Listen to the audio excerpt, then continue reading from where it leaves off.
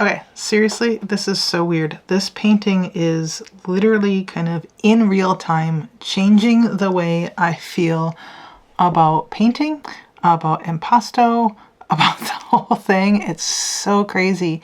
Hey there, welcome to the channel. My name is Becky and this is Brea Makes Art. And as many of you know, I did not go to art school, so I don't have a whole lot of background in a lot of different art styles.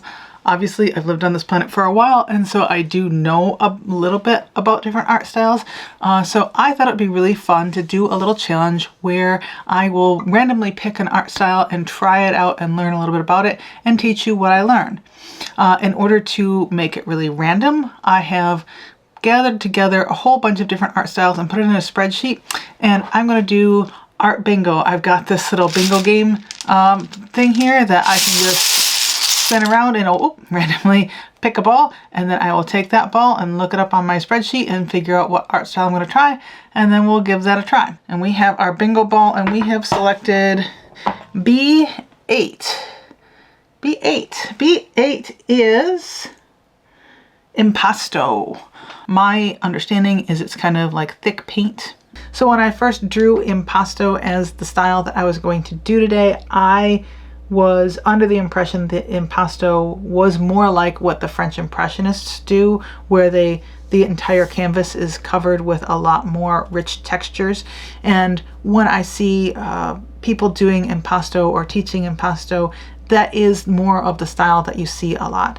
I hadn't really done a lot of research on this, so I hadn't really seen where the impasto technique was used more selectively. So that was I just decided that that's what I wanted to do. I wanted to use it a little bit more selectively because I knew that I didn't like the paintings as much that had the texture over the entire canvas. So I decided to go a little bit more selective with where I use the technique in order to kind of draw attention to those areas and kind of really highlight those areas as kind of the most important part of the painting. As promised, I'm going to talk to you a little bit about what artists were famous for using it, kind of what it means, that sort of thing. And to do that, I'm actually going to read a little bit from the Wikipedia article about it. So first off, it says, impasto is a technique used in painting where paint is laid on an area of the surface thickly, usually thick enough that the brush or painting knife strokes are visible. Painting can also be mixed right on the canvas. When dry, impasto provides texture. The paint appears to be coming out of the canvas. The word impasto is Italian in origin, in which it means dough or mixture related to the verb impastare, to knead or to paste. Italian usage of impasto includes both a painting and a potting technique. The root noun of impasto is pasta, meaning paste. That's new to me. Oil paint is the traditional medium for impasto painting due to its thick consistency and slow drying time. Acrylic paint can also be used for impasto by adding heavy body acrylic gels. It's generally not used in watercolor or tempera without the addition of a thickening agent because of the inherent thicknesses of those paints. It says an artist working in pastels can produce a limited impasto effect by pressing a soft pastel firmly against the paper. And that makes sense. If you press it firmly against the paper, you may get a little bit of a buildup of that soft pastel there, giving you a little bit of texture. The impasto technique serves several purposes. First, it makes the light reflect in a particular way, giving the artist additional control over the play of light in the painting. Second, it can add expressiveness to the painting, with the viewer being able to notice the strength and speed by which the artist applied the paint. Third, impasto can push a piece from a painting to a three-dimensional sculptural rendering. The first objective was originally sought by masters such as Rembrandt, Titian, and Vermeer to represent folds in clothes or jewels. It was then juxtaposed with a more delicate painting style. Much later, the French Impressionists created pieces covering the entire canvas with rich impasto textures. Vincent van Gogh used it frequently for aesthetics and expression. Abstract expressionists such as Hans Hofmann and Willem de Kooning also made extensive use of it, motivated in part by a desire to create paintings which dramatically record the action of painting itself. Still, more recently, Frank Auerbach has used such heavy impasto that some of his paintings become nearly three-dimensional. Impasto gives texture to a painting, meaning that it may be contrasted with a more flat, smooth, or blended painting styles. Many artists have used the impasto technique. Some of the more notable ones include Rembrandt, Diego Velázquez, Vincent van Gogh, Jackson Pollock, and Willem de Kooning. As someone who's generally not a fan of textural paintings, I'm surprised at how much I'm liking this painting at the moment. As you can see, I don't have a ton of it done, but I have worked on the clouds, and there is a fair amount of texture up in the clouds here. And I think that I'm liking it because in general, I'm not making the entire piece full of lots of texture, because I don't like that. But I'm being very selective about where I place texture, and I think putting the texture in the clouds is really kind of making them feel fluffier and that sort of thing. So as you can see, the clouds up here, I didn't really put much texture in. I did leave the brush strokes kind of very raw, and that's fine. I like that. And then the clouds here, I'm making a lot more textured because I want them to kind of feel fluffier and feel like there's more dimension to them. And then obviously there's going to be more texture down here in the rockscape because there's definitely a lot of texture in the rocks themselves and in the kind of sands and stuff. So we'll have a little bit more texture, but different texture than up here, and then different texture than the background here. Like I said, the background's very flat. Then we've got kind of a bumpy, lumpy texture for the clouds, and then this is going to be more swoopy down here. So I don't know. We'll see how this turns out. So far, I'm surprising myself. Hopefully it continues to go that way. All right, that's enough learning about impasto. Let's go ahead and talk a little bit about the thing that I'm painting here. So I've popped up the reference photo that I'm working from, and this was taken on a vacation a number of years ago with my family, where we were going kind of around the Arizona-Utah area and visiting a number of parks out there, including the Grand Canyon, Bryce Canyon, etc.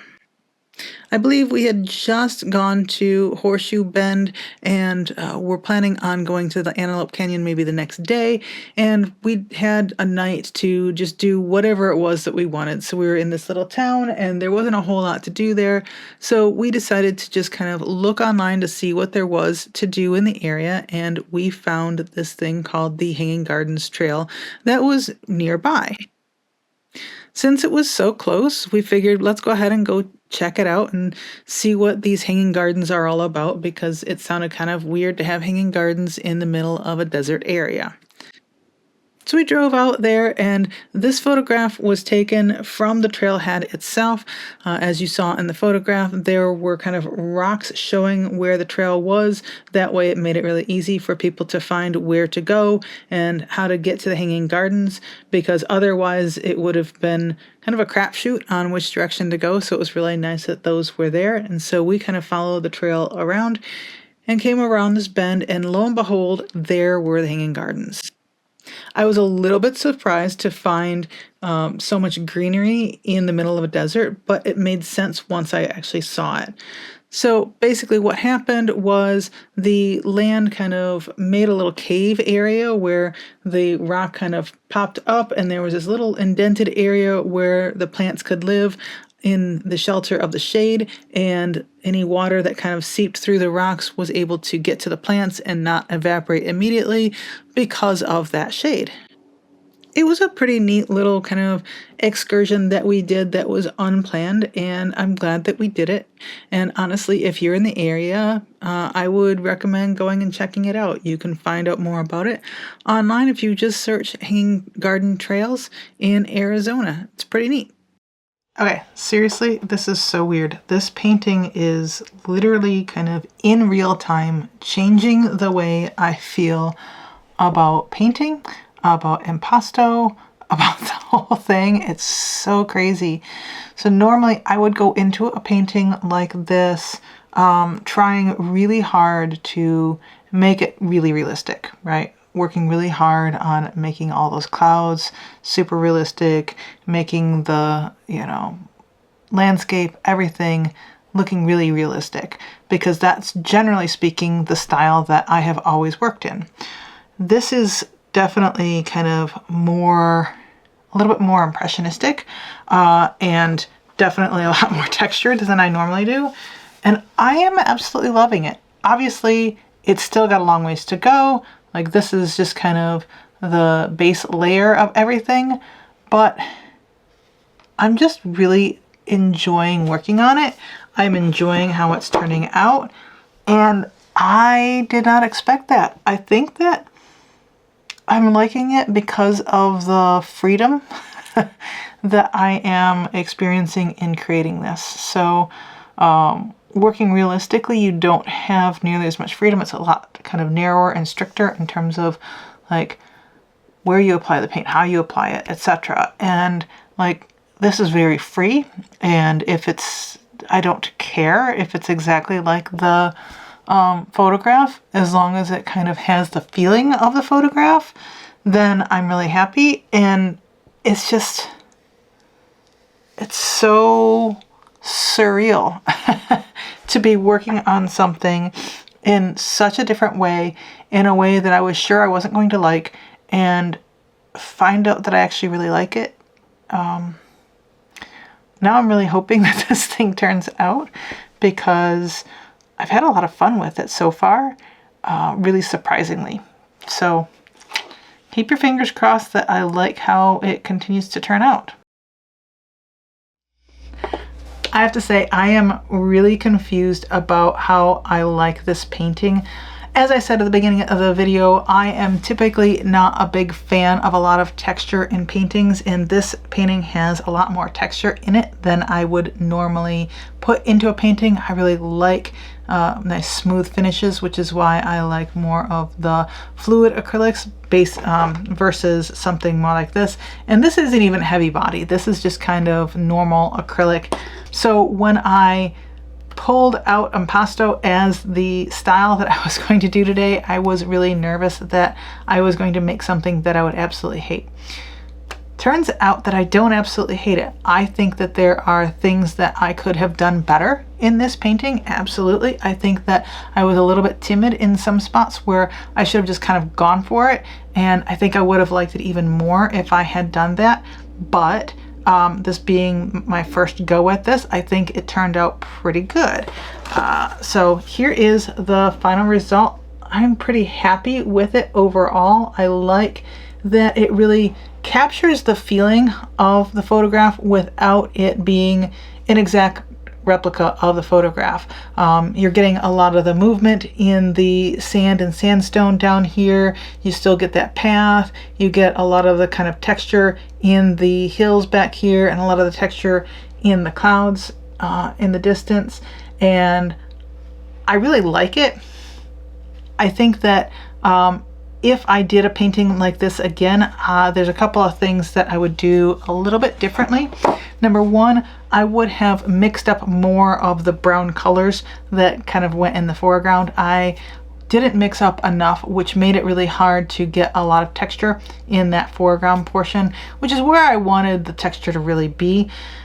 Number two, I think that I was just being a little bit timid with it, a little I was lacking confidence in actually putting the paint down really thick in the foreground, because I had done the clouds and I had done that thick and I liked how that looked, and I didn't want to ruin it by putting too much in the foreground. I think that I could have definitely put a lot more in the foreground, and it would have stood up and it would have been fine. Number three, I think I should not have used the wet palette. I think that made it a little bit harder for me to mix up the paint in a consistency that worked really well for kind of that impasto technique. My paint was generally a little bit runnier than what I really needed to get that texture. And part of that is because I had to mix up my own brown. I didn't have a kind of ready to go brown, which meant that I was mixing the colors a lot more on the wet palette, which meant that it was kind of soaking up a little bit more water as it went. So I've learned a little bit. So if I want to do something like this again, I know a little bit more to like just go for it. I think if I did this again, I would probably just do pure sky painting with some clouds in it, because white tends to be really thick and can kind of stand up to a little bit of mixing on the Stay Wet palette. But like I said, I've learned a little bit, so I think I know a little bit better about kind of how to apply it, how to mix it, like how much paint I might need in order to get the results that I want. And like I said, the other thing that I really like about this painting is the fact that it is not all really textured. So the sky back here is very flat, and then I've got a lot of texture in the clouds, and I've got some texture back here, and I got a little bit of texture up here. And like I said, I wish that there had been more texture up here, but I think that overall it still works really well, and I think it still is representative of the impasto technique. Let me know if you like this sort of video, if you enjoyed watching this, and if you like this painting. If you had any advice for me, I would love to hear it. Any advice on like ways to kind of make the texture kind of appear a little bit more. I know that there are other additives I could put in my paints, and I know that there are heavy body acrylics. I know those things, but if there's other tips and tricks that you have that you would love to share with me, I would love to hear them. I think this was really eye-opening for me, like I said, because I did not expect to like this. I did not expect to enjoy the process as much as I did. Hopefully this encourages you guys to pick up a pencil, pick up a paintbrush, and try something that you haven't tried before, because you never know, it may be something that you actually really like, even though you thought you wouldn't. Anyway, I hope you guys enjoyed, and I will see you again next week. Bye!